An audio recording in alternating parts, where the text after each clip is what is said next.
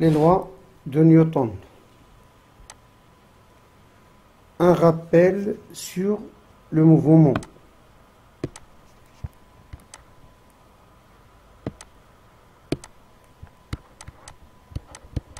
Repères et référentiels. Notez d'abord le titre, le sous-titre, etc. Le mouvement d'un solide ou d'un point matériel est relatif. L'étude du mouvement nécessite le choix de deux repères. Relatif, deux repères. Normalement, relatif veut dire que la trajectoire ou bien le mouvement va dépendre du référentiel choisi. Si nous examinons par exemple ce document, ce sont des positions successives occupées par un point mobile M. En reliant ces points, on obtient ce qu'on appelle la trajectoire du point M. C'est une trajectoire curviligne appartenant au plan. C'est un mouvement plan. Pour l'étude du mouvement du point M, on a besoin d'un repère d'espace. Vous voyez ici L en mètres, mais on peut le mettre comme un axe OX. Ça, c'est un axe OX. L'unité, c'est le mètre. Normalement, on aura besoin d'un autre axe, c'est Y, pour avoir les deux coordonnées X et Y du point M, par exemple M3. Voilà X, voilà Y. Mais on a besoin aussi d'un repère de temps. Voilà, vous voyez ici les temps en secondes, mais je vais mettre ici T en secondes. Par exemple, à 2 secondes, à T égale 2 secondes. L'abscisse du mobile, X est égal à 4 mètres. Et son ordonnée, c'est autre chose. Mais on a besoin de repères d'espace et un repère de temps. Les deux repères associés forment ce qu'on appelle ou bien un référentiel. Un référentiel. Voilà.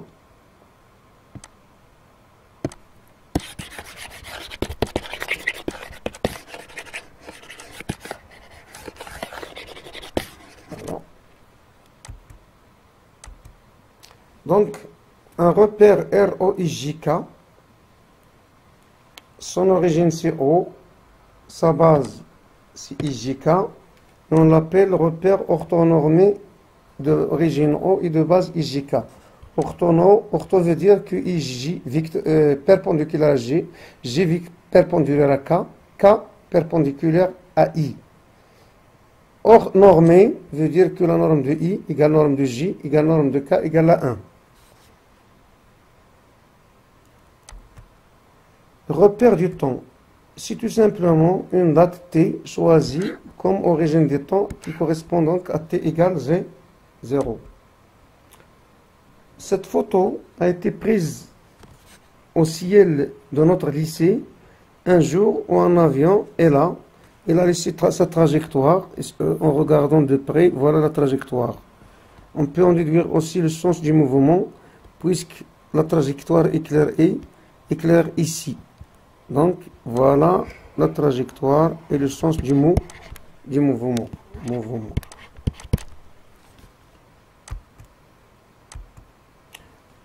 Pour étudier donc un mouvement, on associe un repère d'espace, un repère de temps appelé oscillose, et on forme ce qu'on appelle le référentiel. Ici, par exemple, c'est un repère OIJK. Le point M sur sa trajectoire, on verra par la suite qu'il a 3 coordonnées, X, Y et Z. Exemple de référentiel. Ici, on va commencer par ce qu'on appelle le référentiel terrestre lié au laboratoire. Comme son nom l'indique, il est lié au laboratoire. Terrestre, son origine sera prise sur la surface de la Terre. Ici, ces 3 axes seront orientés vers des étoiles lointaines. En regardant ce schéma, la Terre qui tourne autour d'elle-même ici, la vitesse angulaire oméga, la période c'est 24 heures, 1 jour, etc.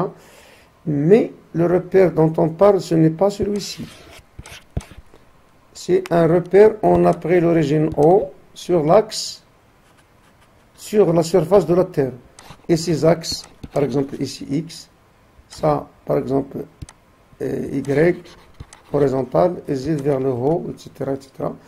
On va schématiser un peu par la suite. Ça, c'est une étoile lointaine. Étoile lointaine pour garder les directions fixes. Donc, on va écrire d'abord, avant de faire le schéma, c'est un repère ROIJK d'origine O, choisi en un point sur la surface de la Terre, et dont les trois axes OX, OY et OZ sont orientés vers les étoiles lointaines. Et si on veut schématiser, c'est simple. On schématise d'abord la surface de la Terre. Ça, c'est la Terre. Ça, c'est le point O. Ça, c'est Y. Ça, c'est X. Ça, c'est un angle droit. Ça, c'est Z. Ça, c'est O. Et ça, ce sont des étoiles lointaines. Ça y est. Voilà le repère ou bien référentiel terrestre lié au laboratoire. Référentiel géocentrique. Son origine O est confondue au centre avec le centre de la Terre et ces trois axes sont orientés vers les étoiles lointaines. Si on veut le schématiser, ça va être comme ça. Ça, c'est la Terre, l'origine, les axes. Ça, c'est Y, ça, c'est X, ça, c'est Z, toujours les étoiles lointaines. Référentiel de Copernic. Ce référentiel a pour origine le centre du Soleil,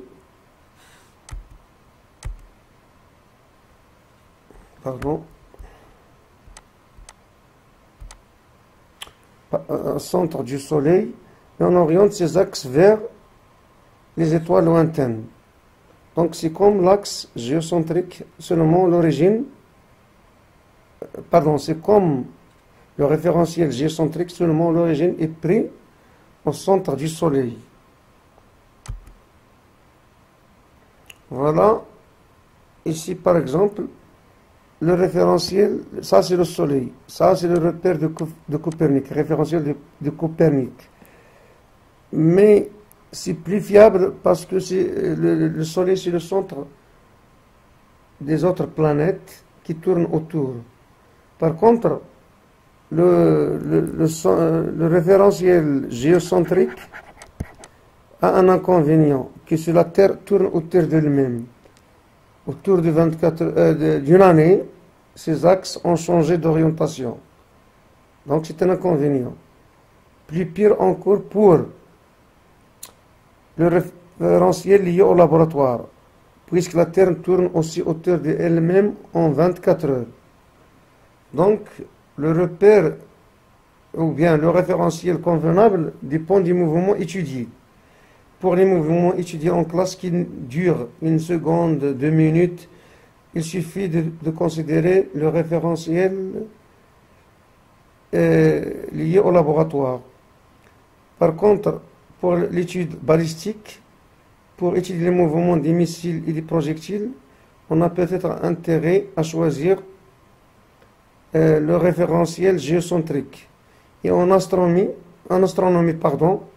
pour suivre les mouvements des autres planètes, il vaut mieux considérer le référentiel de Copernic. Vitesse, vecteur vitesse, vecteur position aussi.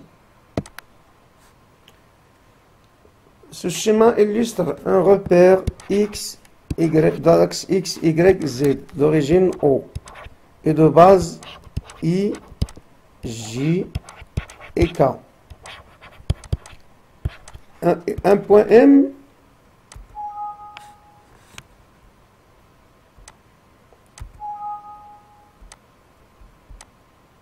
un point M sur sa trajectoire peut être déterminé à chaque instant par ses coordonnées.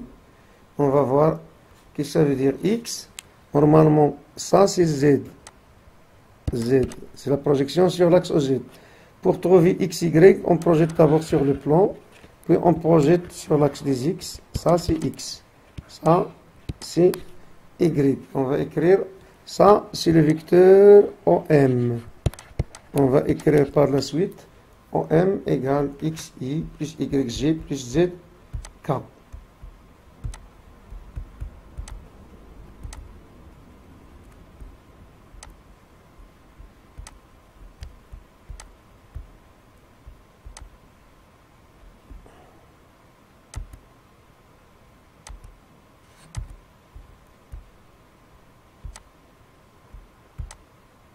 Voilà OM.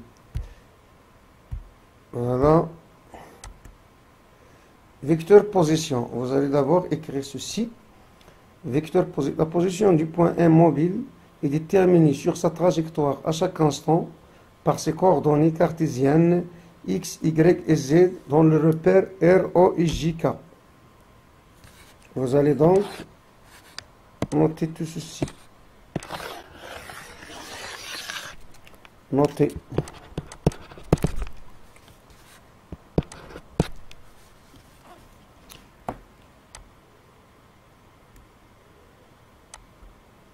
OM, ça s'appelle vecteur position.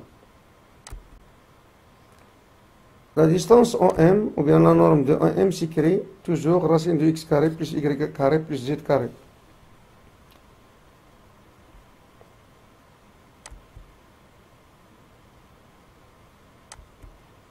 Vecteur vitesse. Vitesse moyenne.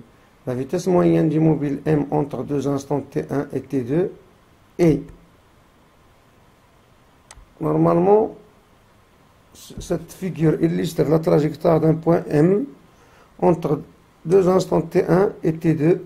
M occupe M1 puis M2. Donc, la vitesse, c'est la distance parcourue sur la durée, delta T. Quelle distance? La distance, c'est ça. C'est la distance de l'arc M1, M2.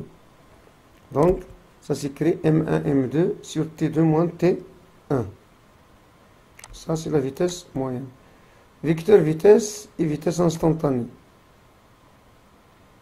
Normalement, le vecteur vitesse à l'instant T s'écrit. Cette définition de vitesse vecteur, de vecteur vitesse, limite lorsque T' tend vers T de MM' sur T' moins T, vient de la formule V en tronc commun. Pour déterminer le vecteur vitesse en un point M, exemple ici, on doit prendre les points les plus proches, c'est-à-dire encadrer le point M. Et en encadrement, les points doivent être les plus proches possibles. Là aussi, cette écriture veut dire que M et M' sont très rapprochés lorsque T' tend vers T. Donc, on peut l'écrire, cette MM' d'après la loi de Charles, ça va donner OM' moins OM. Et ça, c'est la notion de dérivée. Ça s'écrit d2OM sur dt. Donc ça, c'est une définition à prendre comme pour le vecteur vitesse. Ici, c'est la représentation géométrique qu'on va illustrer après. M à l'instant T0, ou bien T. Et M à l'instant T'. Ça c'est M, ça c'est M'. OM, OM'. OM' moins OM, ce n'est que MM'. Donc MM', c'est tangent à la trajectoire. C'est pourquoi le vecteur vitesse est toujours tangent à la trajectoire. Exemple ici, voyons de près. M1. Donc ça, c'est MM'. Voilà, MM'. Ça, c'est MM'. C'est la direction de la vitesse. Parce que d'après la définition, comment on peut retrouver cette direction? Ça, c'est OM' moins OM. Il va nous donner toujours M', MM'. C'est la direction de la vitesse. du vecteur vitesse. Caractéristique de v de t, du vecteur vitesse en fonction du temps. V égale d de OM sur dt. La dérivée OM c'est quoi? C'est x, y, z, k.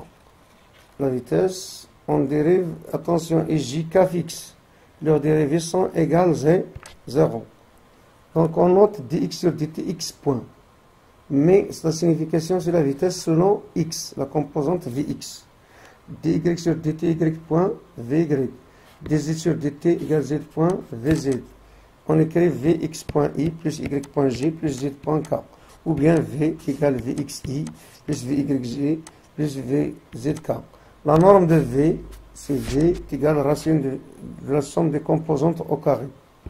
Ça, c'est la norme de v. Vecteur accélération. Accélération, c'est en quelque sorte la variation de la vitesse par rapport au temps. Entre guillemets, c'est la vitesse de la vitesse. Comment varie la vitesse en fonction du temps? Ça va être une durée seconde. La durée seconde du vecteur position. Définition. L'accélération A, c'est un vecteur d'un point mobile, est égal à la dérivée du vecteur vitesse par rapport au temps. Donc ça s'écrit A égale dv sur dt. A est égal à A est égal à dv sur dt. L'unité, ça va être en mètres par seconde. On va voir son expression. Puisque v égale vxi égale x point i plus y point g plus z point k est égal d de m sur dt. Pardon. A, donc A, c'est la dérivée de la vitesse. On va dériver d de m sur d de m sur dt. D, voilà, c'est la définition aussi. A égale la dérivée de la vitesse, ici. dvx sur dt plus dvy sur dt, j plus dvz sur dt. Donc, dvx sur dt, dvy sur dt, dvz sur dt, ce sont les composantes de A. On les appelle ax seconde, y seconde, z seconde, la dérivée seconde. Ou A égale axi plus ayj plus azk. Ax c'est quoi? Ay c'est quoi? Az c'est, voilà, ce qu'il fallait retenir.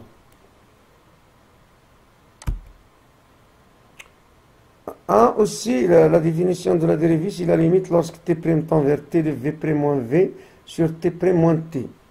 On va voir l'interprétation géométrique. Ici, c'est la trajectoire. Imaginons que le point M se situe en cette position, il a une vitesse v. À une autre position, sa vitesse change. C'est le vecteur v', au point M'. Si on veut calculer v' moins v, par la méthode géométrique translation, on peut arriver à la somme v' plus moins v. Il suffit de suivre ces étapes. Ça, c'est moins v. Attention, v, mais ce n'est pas v', c'est v. Par translation, pour trouver v' moins v, ce n'est pas ici, il y a un changement.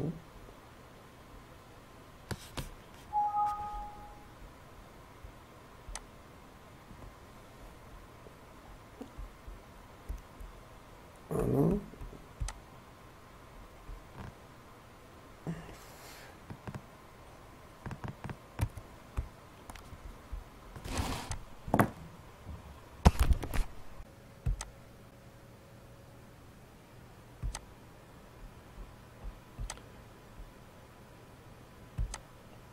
Le point M se déplaçant sur sa trajectoire curviligne,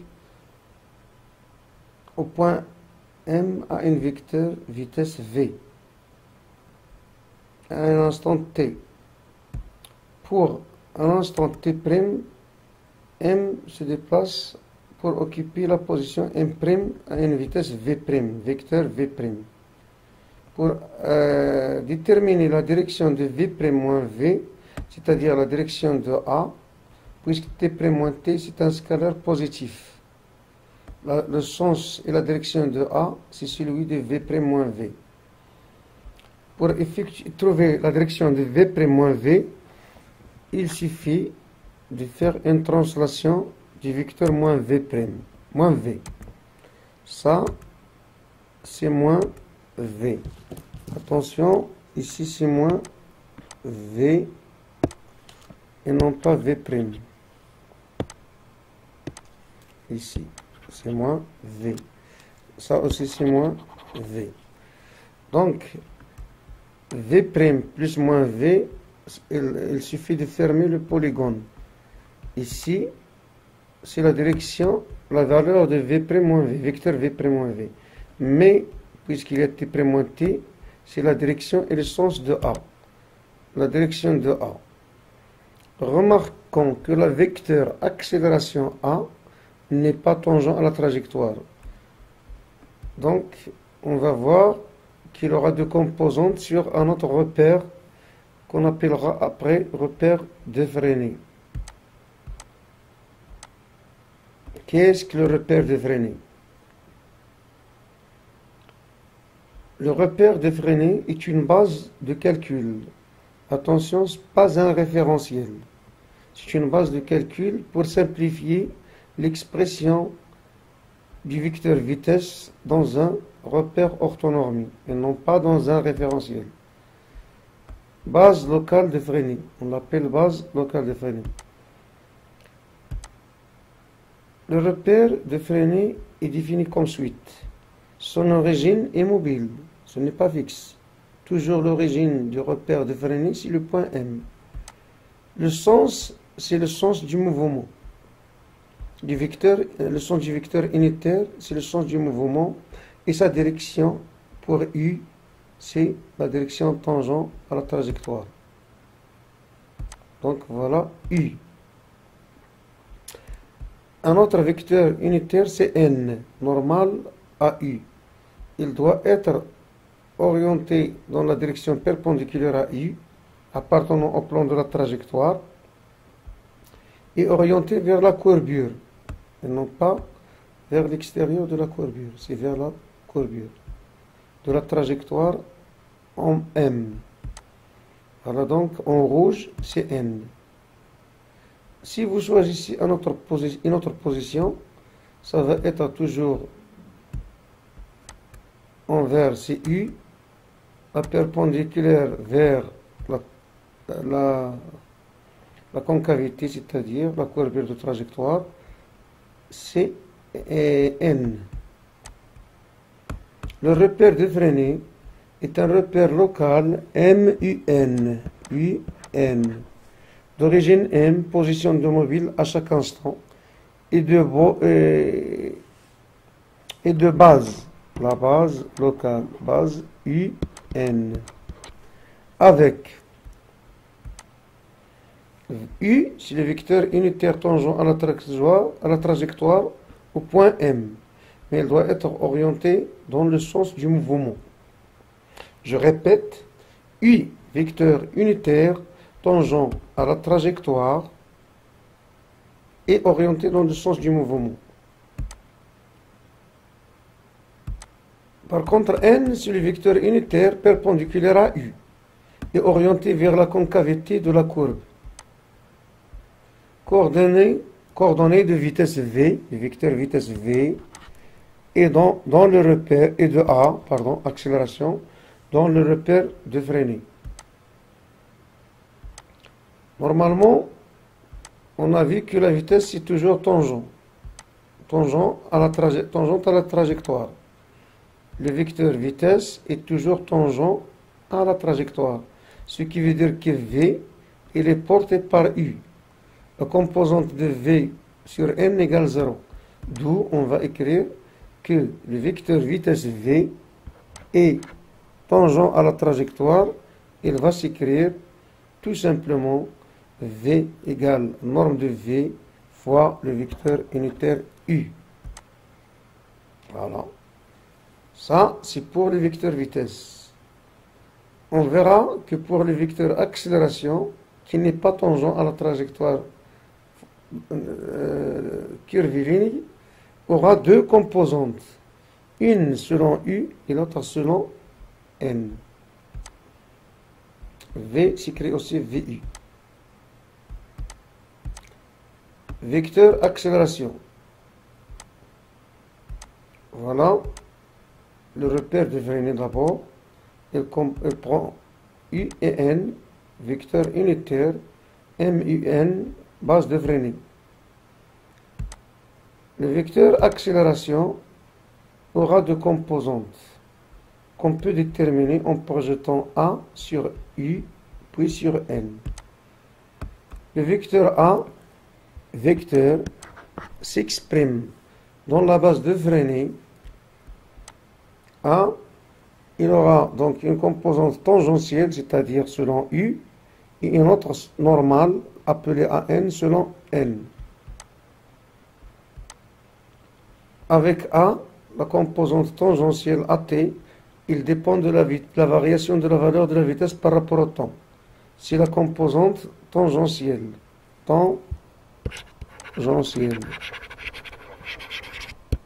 Par contre, AN, il est lié à la courbure de la trajectoire et il a pour valeur V au carré sur ρ. C'est la composante normale.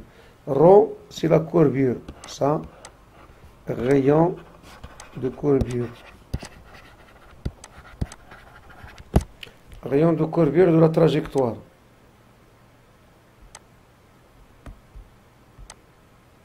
Pour illustrer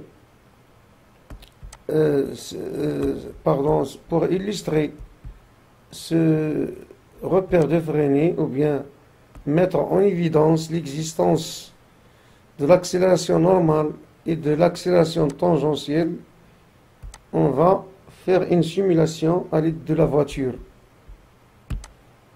Voyons cette vidéo réalisée pour illustrer vecteur vitesse, vecteur accélération, repère de Vreeland.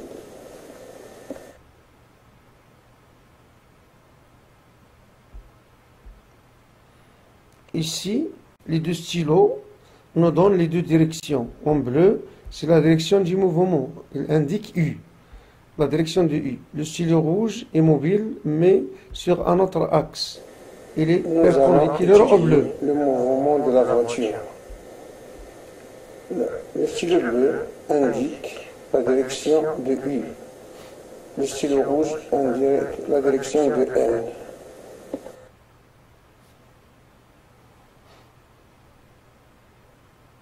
Lorsqu'on la voiture roule, si je freine, c'est le stylo bleu qui oscille. C'est la composante tangentielle de l'accélération qui est illustrée. Dans un virage à gauche, vous voyez le stylo sort perpendiculairement au bleu à droite. C'est qu'on a une accélération normale qui dépend de la courbure V au carré sur R, ou bien sur ρ. Attendons maintenant le virage en sens inverse. Le virage à droite. Vous allez voir l'inclinaison du stylo, ou bien l'orientation du stylo rouge, c'est-à-dire la composante N. Ici, on a le stylo rouge qui nous indique qu'il y a une autre accélération normale dans le virage à droite. Voilà.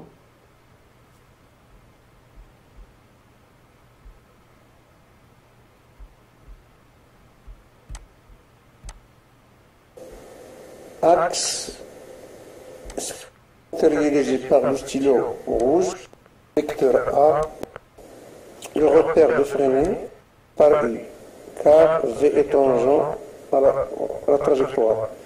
Par contre, A aura deux composantes, A normal, AN, porté par N. N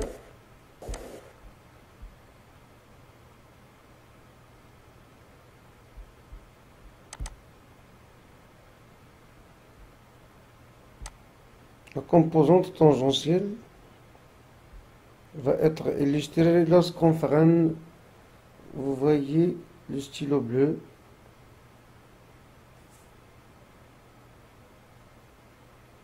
qui va osciller vers l'avant.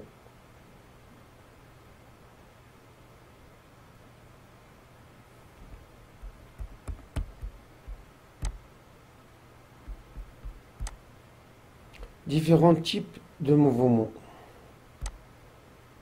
Mouvement rectiligne uniforme.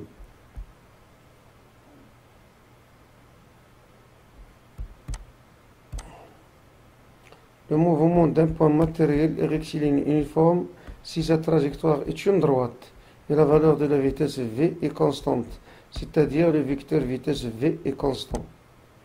V égale une constante, V, donc V1 égale V2 égale une constante, V égale d de OM sur dt, Vxi égale une constante, V égale dx sur dt égale une constante, d de x sur dt égale V0 égale une constante. Par intégration, la primitive d'une constante, c'est V0 fois t, plus la constante d'intégration. La signification de c ici, c'est x de 0. Donc, il est noté x0.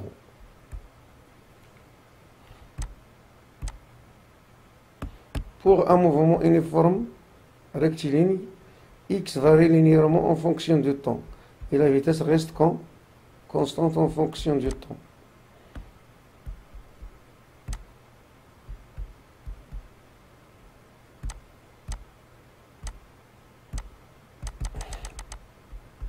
En regardant de près une simulation de ceci, d'une vitesse constante.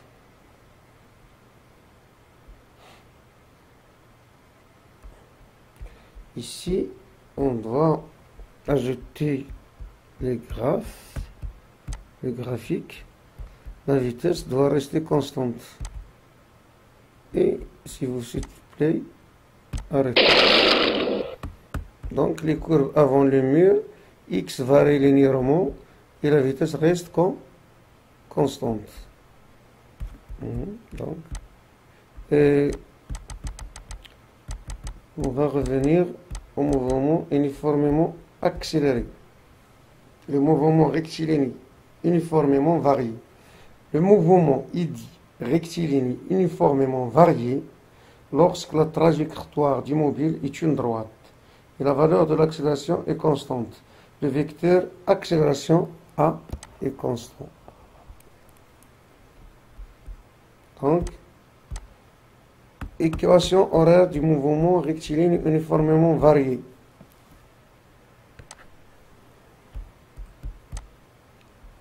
Le mouvement est uniformément variant si distances varient d'une manière uniforme. Les distances parcourues constituent ce qu'on appelle une suite géométrique de raison R. Ça, ce n'est pas hors programme de chercher la raison. Seulement, l'enregistrement montre que le mouvement n'est pas uniforme, il est accéléré. A égale une constante, A égale AX, I égale une constante. AX égale d carré de x sur dt carré égale une constante égale dvx sur dt. Par intégration, avant d'intégrer dvx sur dt égale à A égale une constante, on passe maintenant à l'intégration. Équation différentielle. Par intégration, v de x est égal à at plus c. C, c'est une constante qui dépend des conditions initiales.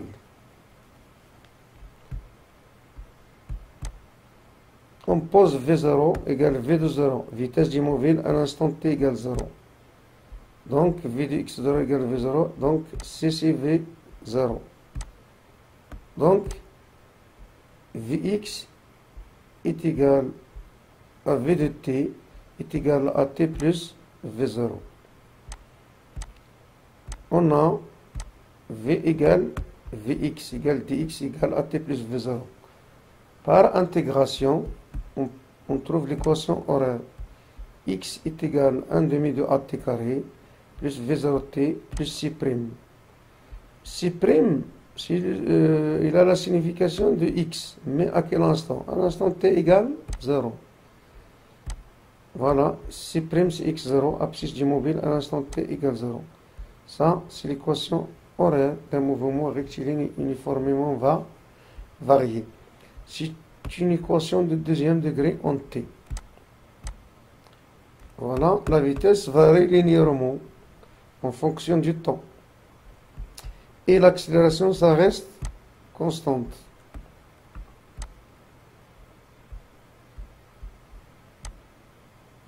Remarque, si AX, Vx supérieur à 0, le mouvement est uniformément accéléré. Si AX, Vx inférieur à 0, le mouvement est uniformément décéléré. Avant de passer à l'exercice, on va revenir à la simulation.